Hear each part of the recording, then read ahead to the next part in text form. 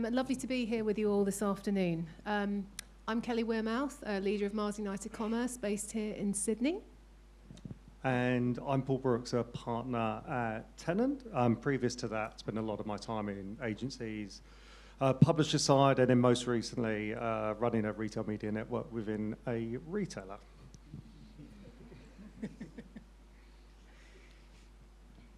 Yeah, I thought, well, we only got 15 minutes. I think a few years ago when we started, we were fortunate enough to get a bit longer, Gay, so restricting our time. We'll keep it quick. I knew the answer. I was just posing the question, but I think it's more to do with me than you, Kelly. So thank you for all of those statistics and the state of the nation. What we wanted to do is spend a bit of time sort of giving an observational view around the way that we see the market, and I think we've got, between the two of us, a rounded view around how we see this evolving. I think from a top-line perspective, the numbers are positive, as we touched upon then, is in terms of 7 in 10 advertisers are looking to increase expenditure in retail media, either through sort of unlocking new budgets, new demand sources, and some of that coming from what you'd call sort of above-the-line traditional media. So that continues to grow, and in fact, I think the latest view on the market that was worth just over $2 billion at end of FY25 and due to grow to $4 billion by the end of 2030, so significant growth expected. I think the vast majority of advertisers are working with 3 or plus retail media networks. That comes with its own challenges. We'll come on to talk about that a little bit further, but that's growing year on year. And if you're a brand such as a L'Oreal, the reality is you're probably working with somewhere between sort of 5 to 8 different retailers, so relatively complex. It's becoming more holistic and becoming more integrated from a media perspective. And I think we just heard about the recent evolution from retail and commerce, and I think over time we'll start to see that become a subset of the broader advertising market as it evolves and grows and matures as well. But I think it's the numbers below the numbers. I think the experience and some of the friction points of what we're facing into now, the US and the UK have come a bit sooner with that in mature markets. And as you can see from there, is the experience with retail media networks is not where it needs to be. I think the promise is there, the ambition is there, but some of the challenges around that, so actually executing and delivering that. And that comes with any growing market. I think scale creates complexity. Proof will follow spend. Measurement is not the new battleground, it is the battleground, and trying to prove that incrementality and digitizing all of your assets in an omni environment is super challenging. And I don't think that there's any retailers are doing it to the extent that they want to be and to what best practice looks like. And I think the other interesting unlock is around integration. And I think some of that is partners. So to be able to knit all of the key components together for a retail media network requires integration and orchestration and connectivity. But I think one of the important things that a lot that necessarily don't share is around what that integration looks like internally. So the connection with the trade teams, e-commerce teams, shopper media teams, and how do you start to knit all of those together to give a unique supplier and customer experience. So look, the market's growing, really, really positive. All the indicators are there, but there are some challenges as we look to navigate moving forward. Nice. So thank you, Paul. So Gay, I think the press release that went out this morning illustrated it really well, and I brought the paper up here so that I get it right. Bigger money, bigger questions, and I think that's kind of the theme that you'll see from Paul and I throughout this. So what we've done for the next few minutes is broken down this sort of market maturity examination into 5 buckets. So the signal, we're going to talk in a bit more depth around that growth that Paul has already alluded to. But obviously we have entered this accountability phase, so we're going to look at sort of what that means and what we can all do as the different players in the markets. The buyer shift, retail media is becoming more holistic. Everyone that touches this will be seeing that, so we'll dive into that in a bit more depth. Measurement, I think we've already touched on it, the presentation before has, and the rest of the day is going to touch on this extensively. It's where we need to grow, so we'll touch on that in sort of bucket number 3. Bucket number 4, the ecosystem response, so looking at what we can all do to do things differently as we drive this growth within the Australia market. And then the challenge, a bit of a call to action, a call to arms for all of us, including us at the IAB Council, to ensure that we deliver this next step change in Australia. Great stuff. So let's start with the signal. There's been enough already around indication around growth in the market. And I think that up until now, over the last 5 or 6 years, which I suppose the sector has evolved from shopper and trade into what is now known as retail media and now known as commerce and retail media. As growth has largely taken care of itself, but I think the next phase is really around that accountability, around the trust and transparency that supports that next phase of growth. And I think they're the things that lots of brands will be challenging sort of where their investment is and accountability for that investment, and really starting to understand around the investment that they're making into these organisations in terms of what the return is and how they can demonstrate that change of behaviour and proof. So we spoke around the fact that spend is still rising and the rosters are widening and it becomes more broader and complex, but confidence hasn't necessarily kept pace with expenditure. And I think if you're a retail or retail media network in the room, you know some of those challenges internally. I think if you are a brand working with a retail or retail media network, you can see through some of the industry numbers and surveys that trust and transparency is key, and that demonstration on return around the investment into key channels is absolutely key. And then we've seen from sort of the US with regards to the IAB's Connected Commerce Summit, called it out, and a lot of what we're about to discuss today is around how do we move past that rapid growth area into what now needs to be evaluated and proven and demonstrating the return for the investments that have been made. I think we touched upon earlier, Nicole touched upon some of the indicators from the US and the UK. And I think they're really useful and interesting trends for how our sector will evolve and continue to evolve.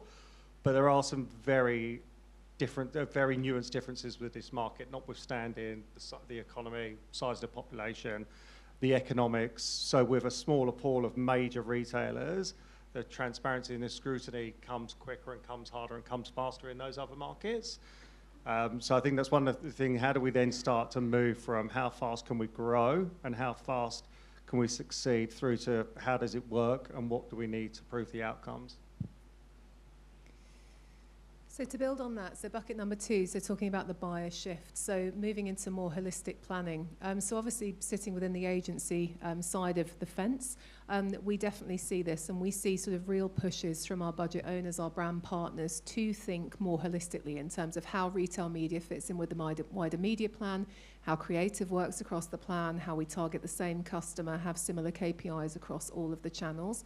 It definitely still feels quite nascent, this area, but at least we're having the conversation, whereas a year ago, I think this was still very siloed. So I'm gladdened to see that change happening, and it's something we're continuing to drive. Of course, sort of Paul's touched on this already, you know, from an IAB global guidance perspective, we're really sort of pushing this message hard as well, to ensure that everybody is pushing for this measurement, this, you know, key sort of targeting across the piece, because the people that are struggling to derive value are the ones that are not sort of making this transparent for their brand partners. So that's something we will continue to push. And then sort of the last point at the bottom there, we're really seeing traction in this market, and all of you in the room will see this as well, from the retail, media and commerce partners who are making this a key part of their business infrastructure, not having it on the side as maybe a pilot project or a project that a small team's working on. So the more that this becomes a part of the core business, the better it is for everybody that's touching it, and the more revenue will be able to be put into it in a trusted fashion, which is really good to see and what we want to see. Hopefully it's no surprise to anyone. We saw a lot of the figures and numbers up there earlier, but where I think the biggest maturity gap in the market is truly around measurement and incrementality, and proving confidence with suppliers and clients around delivering those outcomes. And I think that once we can demonstrate the proof, then that continued growth and expenditure does follow.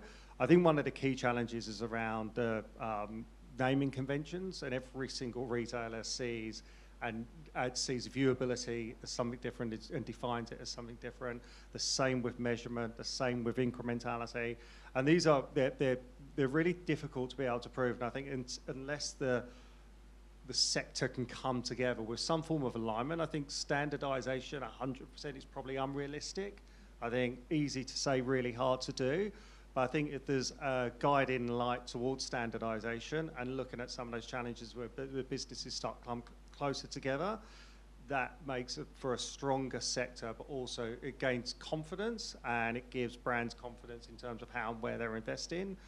I think that the standardization around clean rooms and MMM that start to become a broader part of that holistic planning as well.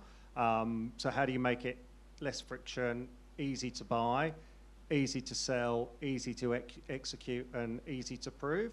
I think is a key unlock.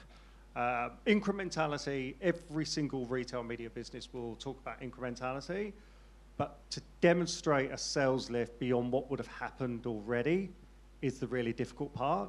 I think it becomes a little bit more challenged in our market versus some of the other markets because the very nature was still very sort of in store and very physical versus some of the higher e-commerce penetration markets like the US and the UK. I think we're still around about 85 to 90% of sales are still taking part in store, and then that tends to be physical as opposed to digital. And if it's digital, if it's not digital, then it's really difficult to be able to deliver identifiable transaction. And our loyalty programs are probably not where they need to be and tethered to those transactions as well. So I think proving that incrementality beyond what would have happened is key. And I touched upon earlier around organisation and alignment.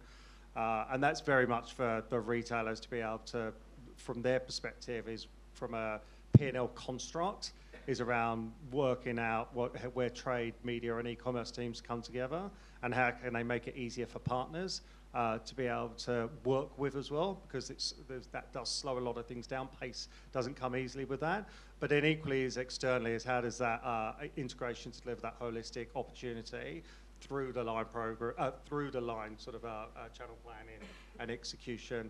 So I think that's organisational alignment from inside out and outside in. And from an ANZ perspective, we look at some of the global trends taking place.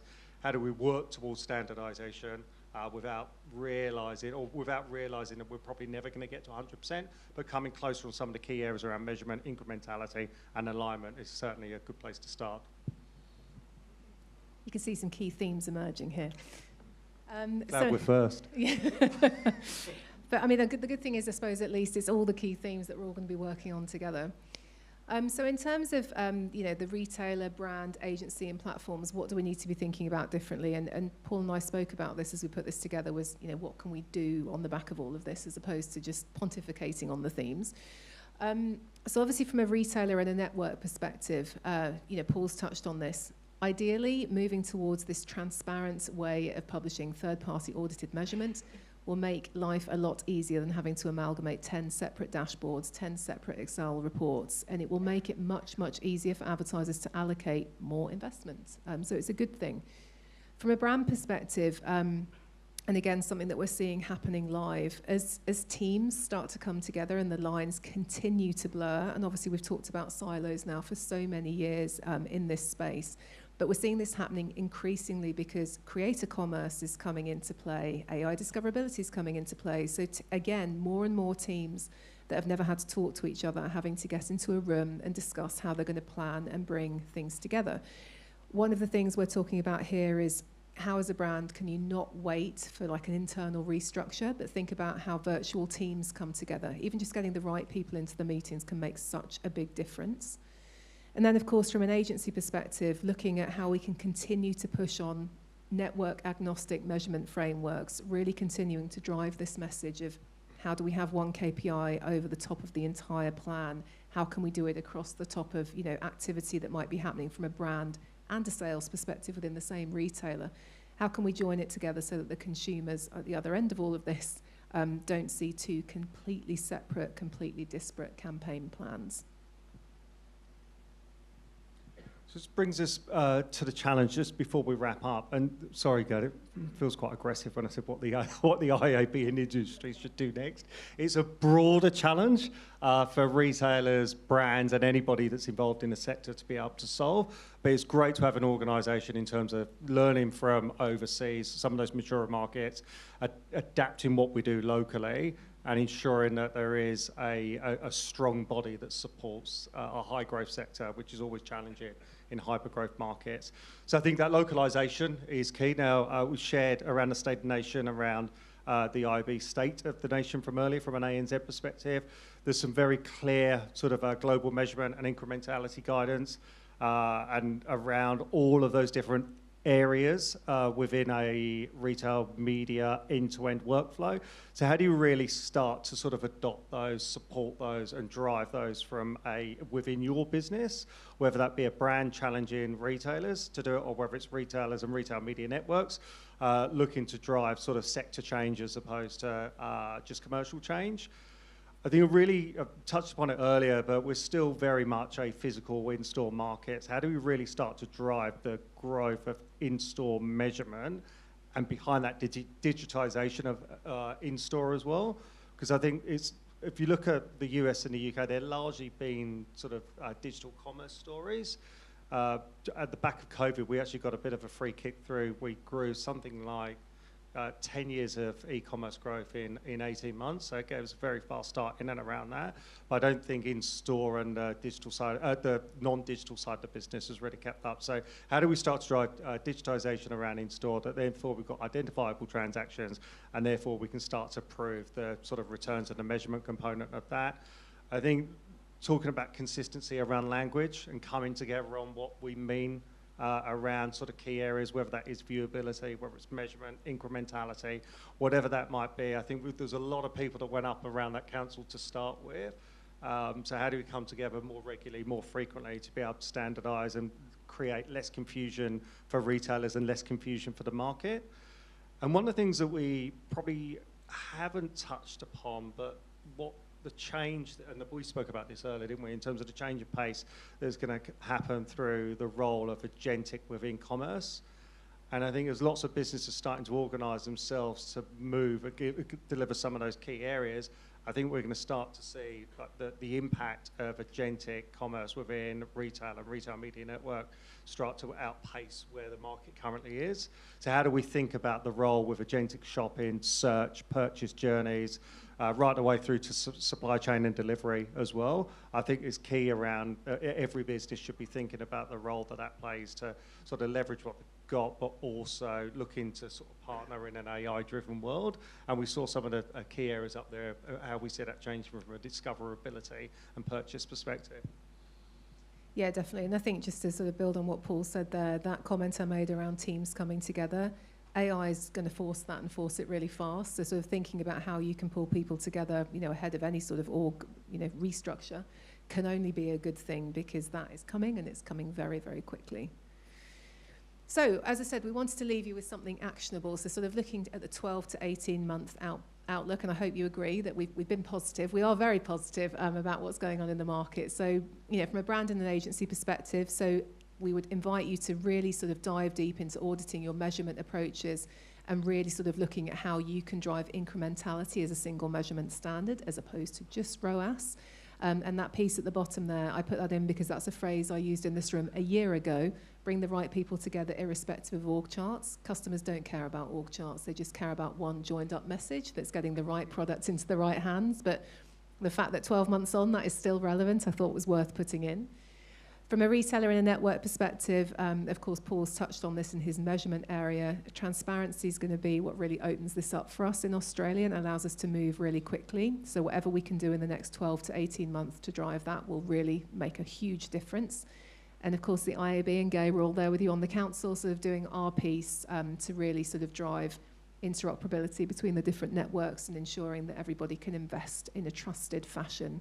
But overall, Paul, I think we're in a good space. Yeah, I think so. I think the last few years has proven that it can certainly grow. I think in its current format, it's between 5 or 6 years that the sector's evolved from where it was to where it is today. So it's proven it can grow. It continues to grow. We've heard the figures at somewhere between 15 and 20% growth over the next 4 or 5 years. But now I think it needs to prove it can deliver on that trusted acceleration and through that next phase of growth. Thank you for having us. Enjoy the day. Thank you, everyone. We have got time for one question, if you're game. Now that Brooks has sort of given us, big trouble for not having enough time, sit down. We've got questions. I've got one if no one else has. Has anyone got a question for Brooksy or Kelly? Arvind. Okay, that could be interesting.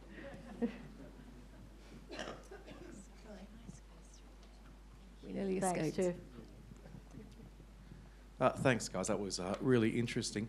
My question is, if confidence in retail media is so low, why do brands continue to invest more in the channel? When does that become a problem, if confidence doesn't improve? And you mentioned before, Brooksy, that you don't think standardisation is realistic. What's holding it back? Shall I take the first part? I think he directed it to you. No, I think that, to answer you first, I think growth is, expectation is high to start with, and then the reality of delivering on the promise of retail media effectively is, can you deliver a message to the right customer at the right time with a relevant message to bring customers and suppliers closer together to deliver a return and an uplift? I think that's an easier thing to say, and the promise is there. I think the journey is the interesting thing, and I think that's where confidence has struggled. I think a lot of retail media networks, and from my time at Coles beforehand, is like trying to prove around the measurement and the returns is the biggest challenge, and that falls down to sort of a lot around proving the returns around digitization, identifiable transactions. And I think that once you start to grow those, I think that then starts to build confidence. I think the key things is around the fact that there's a journey and it doesn't move as quickly as most organizations want to. And I think that's where confidence starts to take a hit.